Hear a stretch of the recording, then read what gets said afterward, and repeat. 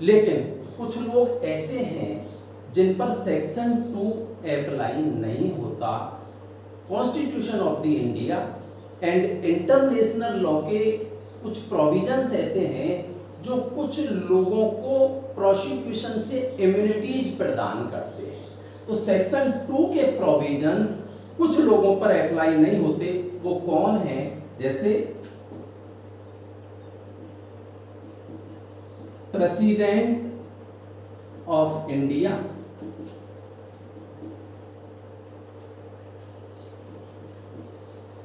Governors of states,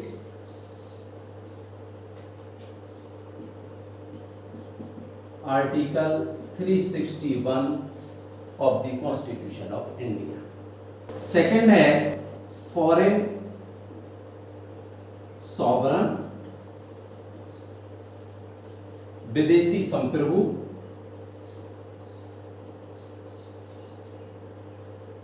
ambassadors, राजदूत, alien enemies,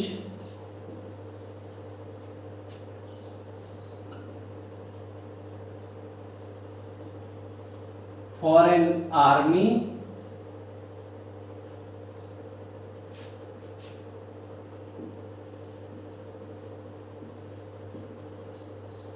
इन लोगों पर सेक्शन 2 आईपीसी के प्रोविजंस अप्लाई नहीं होते। भारत का राष्ट्रपति, भारत के राज्यों के राज्यपाल, article 361 of the constitution of India में इस तरीके के प्रोविजन है कि उन पर सेक्शन 2 आईपीसी के जब वो पद के दौरान रहते हैं तो उन पर उन्हें प्रोसिक्यूट नहीं किया जा सकता। उसी तरीके से जो विदेशी संप्रभु होते हैं उन पर भी सेक्शन 2 आईपीसी के प्रोविजन से अप्लाई नहीं होंगे। विदेशी राजदूतों पर आईपीसी के प्रोविजन से अप्लाई नहीं होते। एलियन एनेमी, विदेशी शत्रु, जो जिस तरीके से प्रोविजन इसमें एक्ट्स ऑफ वार, सेक्शन 2 में ऐसे विदेशी शत्रु को ही इम्यूनिटीज प्रदान की गई है जो युद्ध के कार्यों से संबंधित हैं। यदि उनके कार्य युद्ध के कार्यों से संबंधित नहीं है तो फिर कोर्ट्स को उन्हें प्रोसिक्यूट करने का राइट है और उन पर कोर्ट्स का सेक्शन 2 के अकॉर्डिंग ज्यूरिडिक्शन रहेगा। फॉरेन आर्मी, जो विदेशी सेना है, उस पर भी सेक्शन 2 के प्रोविजन से अप्लाई नहीं होते। और वार्षिक युद्धपोत, क्योंकि युद्धपोतों को जब विदेशी संप्रभु को उन्मुक्ति प्राप्त है तो ऐसा कहा जाता है कि संप्रभु की संपत्ति को भी उन्मुक्ति प्राप्त है और युद्धपोतों को संप्रभु की संपत्ति माना जाता है। इसलिए युद्धपोतों पर भी सेक्शन 2 के प्रोविजंस अप्लाई नहीं होंगे। सेक्शन 2 में एक वर्ड यूज किया गया है, विद इन इंडिया, भारत के भीतर। तो इस वर्ड का क्या मीनिंग है, इस बात करें हम। विद इन इंडिया में इंक्लूड है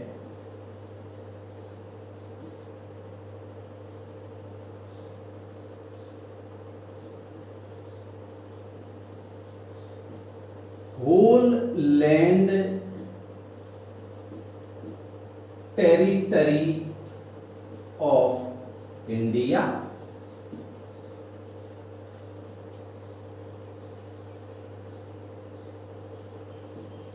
मैरीटाइम बेल्ट ऑफ इंडिया,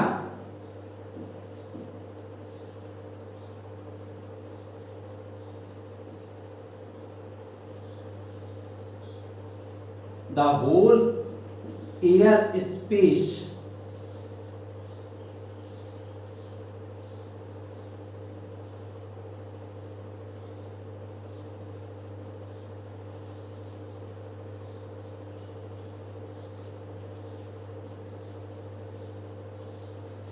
देखिए, भारत के भीतर जब कोई अपराध, प्रत्येक व्यक्ति इस संहिता के उपबंधों के प्रतिकूल हर कार्य या लोभ के लिए भारत के भीतर दोषी होगा और इस संहिता के अंतर्गत दंडनीय होगा।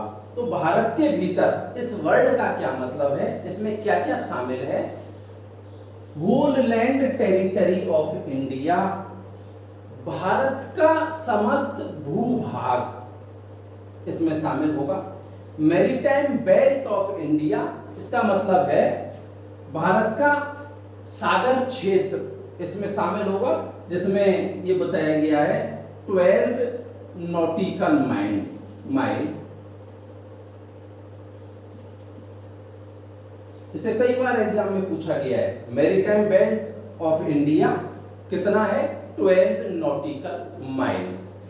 दूसरा, the whole air space over the land territory of the India, Bharat राज्य क्षेत्र का जो क्षेत्राधिकार है, भूमि क्षेत्राधिकार है, उसके ऊपर का आकाश का समस्त अनंत क्षेत्र इसमें शामिल है।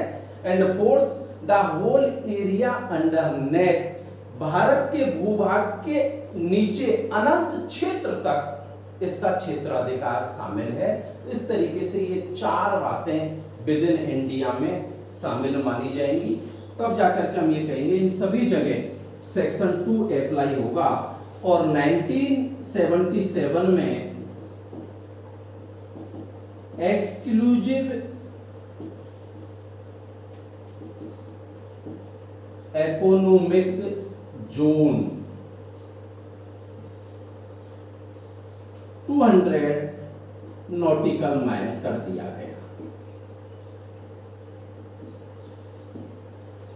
विशेष आर्थिक क्षेत्र के बारे में 200 नॉटिकल माइल माना जाएगा। तो इस तरीके से हमने सेक्शन 2 को डिस्कस किया।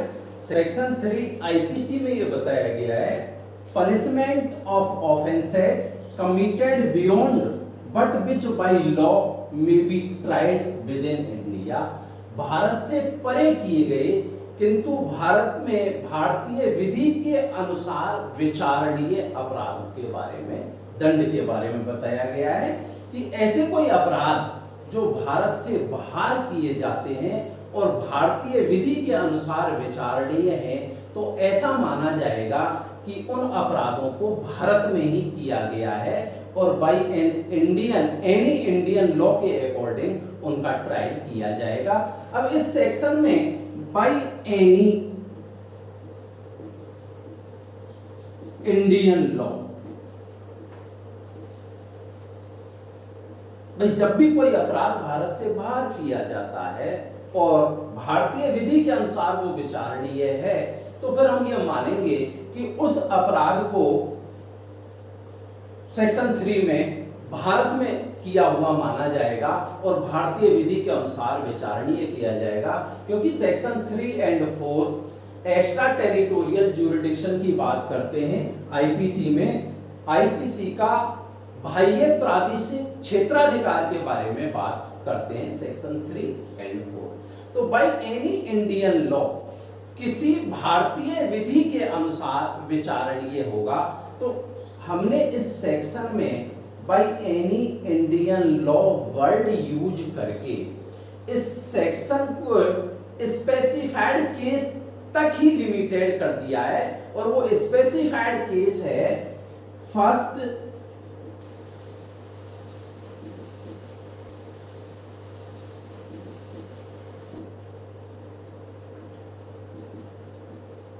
Extradition act 1962, second section 188 and 189 of the criminal procedure code 1972। केवल 2 मामलों में ही यह सेक्शन 3 जो है, धारा 3 है, इसे सीमित कर दिया गया है। 2 मामले, प्रत्यार्पण अधिनियम 1962 और धारा 188 एवं 189 सीआरपीसी 1973 में जो स्पेसिफाइड केस हैं, उन्हीं पर सेक्शन 3 अप्लाई होगा। अब देखिए, एक्स्ट्राडिशन एक्ट 1962 में का जो सेक्शन 34 है, उसमें एक्स्ट्राडिशन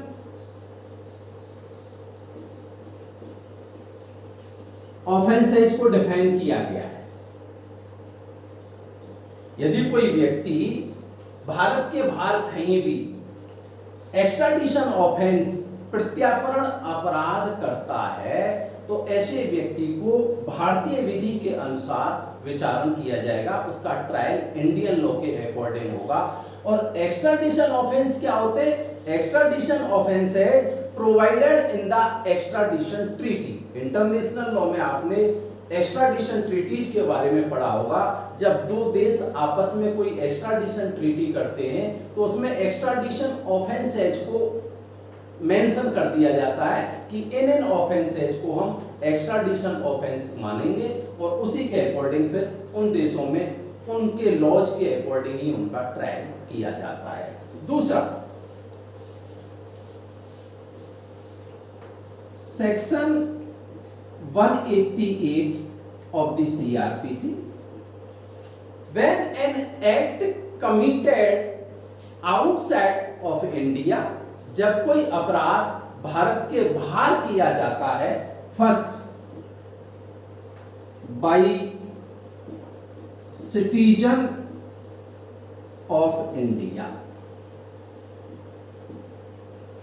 भारत के किसी नागरिक के द्वारा वेदर ऑन द हाई सी और एल्सवेयर, चाहे वो समुद्र में किया गया हो या कहीं भी किया गया हो, लेकिन किसके द्वारा किया गया हो? बाय सिटीजन ऑफ इंडिया, और या by a person not being such citizen on the aircraft और ship in the registered of India, किसी ऐसे व्यक्ति के द्वारा जो भारतीय नागरिक तो नहीं है लेकिन उसने भारतीय राज्य क्षेत्र में, भारतीय राज्य क्षेत्र किसी इंडियन शिप में ऑफेंस किया है या किसी इंडियन एयरक्राफ्ट में ऑफेंस किया है, तो ये माना जाएगा कि उसने भारत में ऑफेंस किया है। तो देखिए सेक्शन 188 में दो बातों को बताया गया है, या तो अपराध भारत के किसी नागरिक के द्वारा वर्ल्ड में कहीं भी किया जाता है तो उस पर आईपीसी के प्रोविजन अप्लाई होंगे, या किसी भी व्यक्ति के द्वारा कोई अपराध इंडियन टेरिटरी में किया जाता है। इंडियन टेरिटरी में इंडियन शिप भी शामिल है, इंडियन एयरक्राफ्ट भी शामिल है, क्योंकि इंटरनेशनल लॉ के प्रोविजंस के अकॉर्डिंग कोई भी एयरक्राफ्ट, कोई भी शिप, चाहे वो दुनिया के किसी भी हिस्से में है, उस देश का फ्लोटिंग टेरिटरी माना जाता है। जिस देश का फ्लैग, जिस देश का झंडा उस शिप या एयरक्राफ्ट पर फहरा रहा होता है, तो हम ये मानकर चलते हैं कि वो उस देश की टेरिटरी है। जैसे फॉर एग्जांपल कोई इंडियन शिप है और वो ऑस्ट्रेलिया के सिडनी हार्बर पर खड़ा हुआ है, तो हम ये मान करके चलेंगे उस शिप के अंदर जो भी हो रहा है वो इंडियन टेरिटरी है।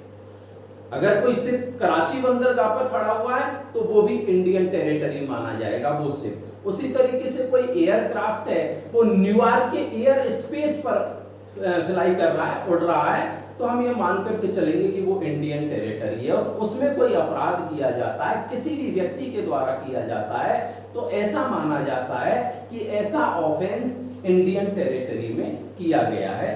तो या तो भारतीय नागरिक के द्वारा किया गया हो या किसी भी व्यक्ति के द्वारा भारतीय राज्य क्षेत्र में किया गया हो। अच्छा, इसमें जैसे एक एग्जांपल पहले लिया जाता था एडल्ट्री का, कि भाई यदि कोई भारतीय व्यक्ति है और वो किसी विदेश में एडल्ट्री का ऑफेंस करता है और वहाँ वो ऑफेंस नहीं माना जाता, हालांकि आज की डेट में तो 497 को Joseph Shine versus Union of India के केस में अनकॉन्स्टिट्यूशनल डिक्लेयर कर दिया है हमारे यहाँ भी, लेकिन पहले के मामलों में इस इलस्ट्रेशन को दिया जाता था।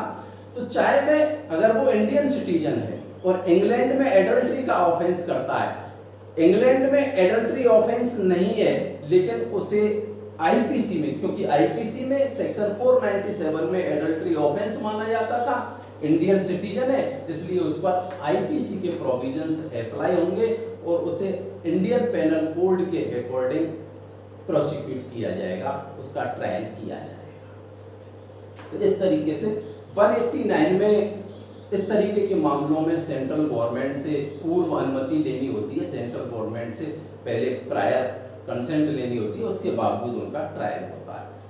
तो ये section 3। Section 4 extension of court to extra territorial offences, राज्य क्षेत्रातीत अपराधों पर संहिता के विस्तार के बारे में बात करता है। ऐसे अपराधों के बारे में बात करता है जो भारत से बाहर किए जाते हैं, एक्स्ट्रा टेरिटरी में किए जाते हैं, उन अपराधों पर भी सेक्शन 4 के द्वारा आईपीसी को अप्लाई किया जाएगा। क्योंकि जो ज्यूरिडिक्शन का बेस है सेक्शन 4 में, jurisdiction on the basis of citizenship और टेरिटरी, आईपीसी का जो क्षेत्राधिकार है, बाह्य प्रादेशिक क्षेत्राधिकार, धारा 4 में जो बताया गया है, उसका आधार या तो नागरिकता है या क्षेत्राधिकार है। किस व्यक्ति ने ऑफेंस किया है और किस स्थान पर ऑफेंस किया है, यही तय करेगा कि उस पर आईपीसी अप्लाई होगी या नहीं होगी। जैसे सेक्शन 4 के क्लॉज 1 में यह बताया गया है कि यदि कोई भारतीय व्यक्ति सिटीजन ऑफ इंडिया कहीं भी अपराध करता है, ऐसा कार्य या लोग करता है जो आईपीसी में पनिशेबल है, तो ऐसे भारतीय व्यक्ति पर आईपीसी के प्रोविजंस अप्लाई होंगे। जैसे थोड़ी देर पहले मैंने आपको एडल्ट्री का एग्जांपल दिया था। यदि भारतीय व्यक्ति किसी विदेश में जहां एडल्ट्री ऑफेंस नहीं है, अब तो खैर यहाँ भी नहीं है, ये भी मैंने आपको बता दिया था Joseph Shine versus Union of India में, लेकिन पहले एग्जांपल दिया जाता था।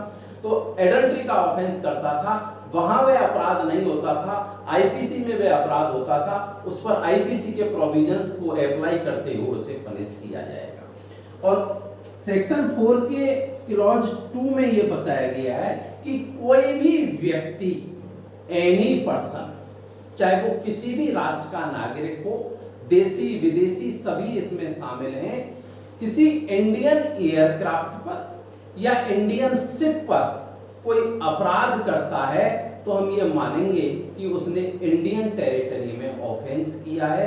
क्यों? क्योंकि इंटरनेशनल लॉ का ये रूल है, ये प्रिंसिपल है कि कोई भी विमान, जहाज या हवाई जहाज उस देश के तैरते हुए राज्य क्षेत्र माने जाते हैं जिस देश का फ्लैग उन पर लगा हुआ होता है, जिस देश का झंडा उन पर लगा हुआ होता है। तो इस तरीके से section 4 extension of court to extra territorial offences बाह्य प्रादेशिक क्षेत्राधिकार के बारे में बात करता है।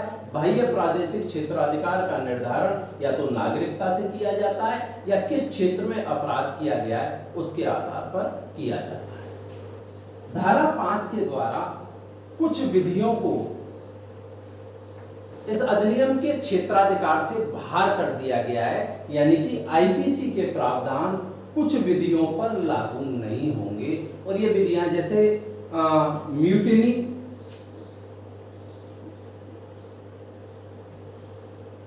And desertion of officers, soldiers, sellers and airman, यानी कि भारतीय सेवा के अधिकारी, सैनिक, नौसैनिक या वायु सैनिक जो विद्रोह कर देते हैं या अवितेजन कर देते हैं, उन पर आईपीसी के प्रोविजंस अप्लाई नहीं होंगे। उन पर उनके कुछ एक्ट बने हुए हैं, जैसे नेवल डिसिप्लिनरी एक्ट है, आर्मी एक्ट है। उसी तरीके से गवर्नमेंट ऑफ इंडिया ने अपने ऑफिसर्स के लिए कुछ लॉज बनाए हुए हैं, उन पर वो एक्ट अप्लाई होंगे। कहने का मतलब ये है कि सेक्शन 5 आईपीसी के ज्यूरिडिक्शन को कुछ मामलों में एक्सक्लूड करता है जिन पर आईपीसी के प्रावधान, भारतीय दंड संहिता के प्रावधान लागू नहीं होते हैं। और उनमें मेन है एयरफोर्स एक्ट है, नेवी एक्ट है, आर्मी एक्ट है, इन पर इनके प्रावधान लागू नहीं होंगे। इसके अलावा section 41 IPC and section 42 IPC विशेष विधि एंड लोकल लॉज, विशेष विधि और स्थानीय विधियां जो हैं उन पर भी आईपीसी के प्रावधान लागू नहीं होंगे। जहाँ कोई स्पेशल लॉ है वहाँ पर स्पेशल लॉ के प्रोविजन से अप्लाई होंगे, और जहाँ कोई स्थानीय विधि है वहाँ स्थानीय विधि के प्रावधान लागू होंगे, आईपीसी के प्रावधान लागू नहीं होंगे। तो इस तरीके से हमने धारा 2 से 5 में आईपीसी का territorial and extra territorial discuss किया। आशा है आप लोगों की समझ में आया होगा। नमस्कार, जय हिंद।